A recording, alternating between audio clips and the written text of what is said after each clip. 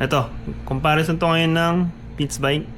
Yung bago nila, yung Hype na V4 nila. Nalagyan lang ng needle bearing versus sa Koso. Pero bago yun, patalastas ng pulley saka springs na ginagamit ko.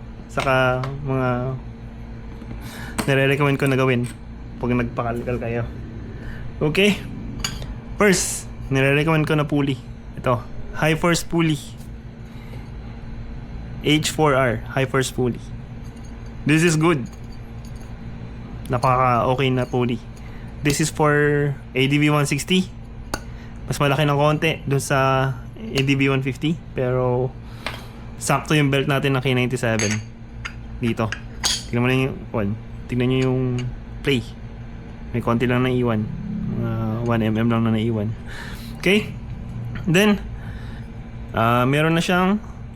meron pa rin yung oil seal. And then may interlock. And then bronze na rin siya. Okay? Yan yung makukuha nyo pag binili nyo. Worth 1,000 lang or 900 plus or 1,000. Meron ka na magandang pulley. Then pina-customize ko siya. Pag nagpa-customize kayo, pakalkal. Ito na rin gawin nyo. Palagyan nyo ng heat sink. Tapos yung una, yung nandito, kuhin nyo hanggang sa mabutasan para magkaroon siya ng airflow doon sa loob. Diyan na rin lalabas yung dust or dumi kung sakali. Saka pag nagpakalkal na rin kayo, magpagawa na rin kayo ng offset washer with this. Di ba? Then ito yung hinahanap ko. Sana may GR5 nito for Honda. Kasi itong ginagamit ko na yun is Sun Racing. This is stainless lang. Kung di ako nagkakamali, 304 stainless to or 304. Basta stainless lang to. Same dun sa JVT saka MTRT na ganito for Honda. Stainless lang yung materials nun. Sana GR5 katulad ng CRP. Yung CRP kasi puro Yamaha. Kaya sana may CRP rin for pulley natin. CRP baka naman. Okay. Ito kasi stainless. Medyo pag tagalan baklas kayo ng baklas. Ay, di ba? Tutono ka nga kayo. Baklas kayo ng baklas. Masisira yung thread dito. Or kung baga dito naman yung sinasabi ni Pops George, kasi syempre baklas siya ng baklas. Nasisira yung thread dito. Fragile ito itong thread dito sa torque drive. Pero ito GR5, mauna pang masisira yung thread dito kaysa dito. Saka ito wala tong diretso lang to. Wala tong sabit. Kahit anong gawin. Yung sabi ni Pops George na may sabit, wala tong sabit. Anong gawin? Walang sabit Okay? GR5 quality rin to. Hindi siya stainless GR5 yung materials. Kaya avoid na rin yung pagbakla-baklas dito kasi talagang fragile to. Okay? Then center spring. Ito yung ginagamit ko ngayon. Medyo stiff siya kasi bago pa siya. 1.5 RPM. Ang tatak niya is proper racing line or the brand is proper racing line. 1,500 RPM. Ito yung dilaw. Okay? Comparison ng mga clutch assembly. This is Koso, the black one, and then the purple, the Pitts Bike version 4, the hype one. Una, timbayin muna natin. Yung sa Pitts Bike, meron siyang ilan yun? 959 grams. And then sa Koso, almost nagpa siya ng 1 kilo. Okay? Pero timbangin natin pag inalis natin to.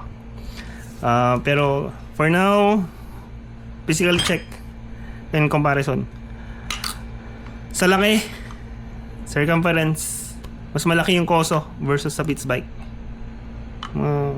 Mas malaki yung Koso versus sa Pitts Bike. Kasi nga, mas mabigat nga siya Then comparison ng materials, ito, sa clutch pad tawag ko doon eh. Magsihaba sila, pero mas makapal sa koso. Ang magiging result nun is sa clutch bell, yung akap ng clutch bell.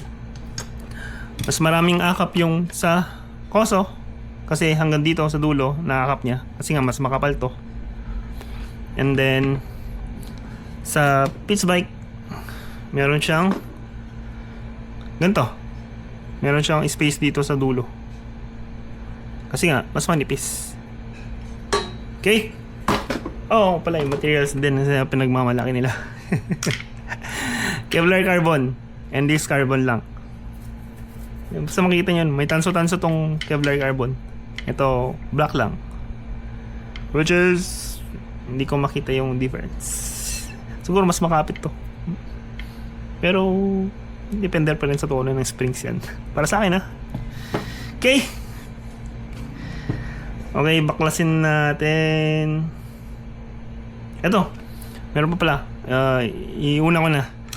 Yung mga metals nito sa pitch bike is standard lang to. Compare dito sa koso.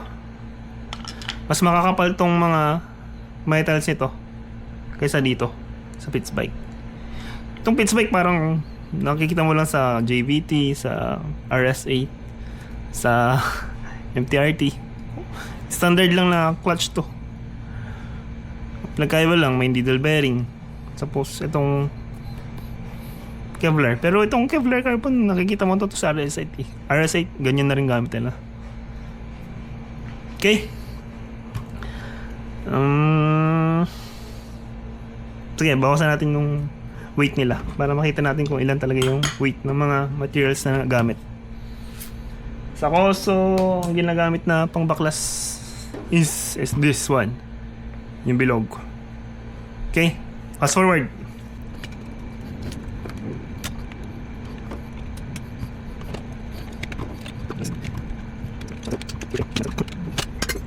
Okay, then sa pitch bike naman, ito lang, kahit long nose lang na baligo.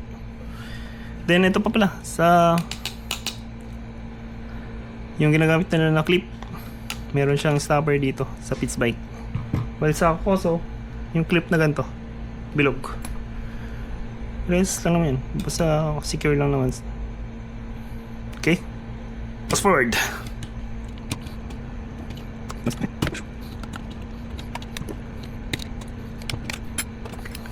Ito na yung sinasabi ko, yung quality ng materials, yung kapal. Saka ito. Inalis muna natin. Alisin muna natin. Okay.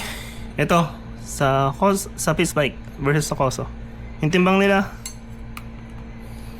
57.5 sa pitch bike. And then ito sa koso 100 grams, 101.4 to be exact. And then, mas mataba tong koso versus sa pitch bike. Kita naman oh. Almost doble. Doble ng kapal ng pitch bike para dito sa koso. Okay? Then, timbangin na natin pag wala yung parang secure na din na plate. Timbangin natin yung pitch bike. This is 900 grams. Saktong 900 grams. Versus sa koso 1,007.8 grams, 1 kilo. Then ito na sa koso, pinagmamalaki lang needle bearing. Yan na. Okay. Ay, meron pa palang comparison, pagkakaiba. Ito may needle bearing, ito wala. Pero yung poste ng koso, mas makapal to kaysa versus dito sa pitch bike. Okay? Mas makapal tong poste nito kumpara dito. Kaya pag nilagay mo itong clutch na to dito sa koso, hindi siya kakasya. Kasi nga, mas makapal tong poste ng koso. Okay? Kasi itong pitch bike standard lang to na clutch assembly. Sabi ko nga, parehas lang ng Lagyan mo to ng Daytona, lagyan mo to ng ng RS8, lagyan mo to ng JVT na clutch. Papasok yan. Kasi parehas lang sila ng poste. Hindi katulad ng Koso. Koso lang talaga may lalagay mo dyan kasi mataba tong poste na to. Okay. Pag mag-alis kayo ng clutch spring, dapat may tools kayo nito. Meron to sa Shopee. Ito, meron to. Para madali kayo mag-alis ng clutch spring. Pero ngayon, hindi ko na ilalagay, hindi ko na alisin kasi in-explain ko naman na eh. Comparison. Kita nyo naman eh, yung quality. Overall, mas quality yung Koso versus dyan sa Pitts Bike. Yun lang. Ciao!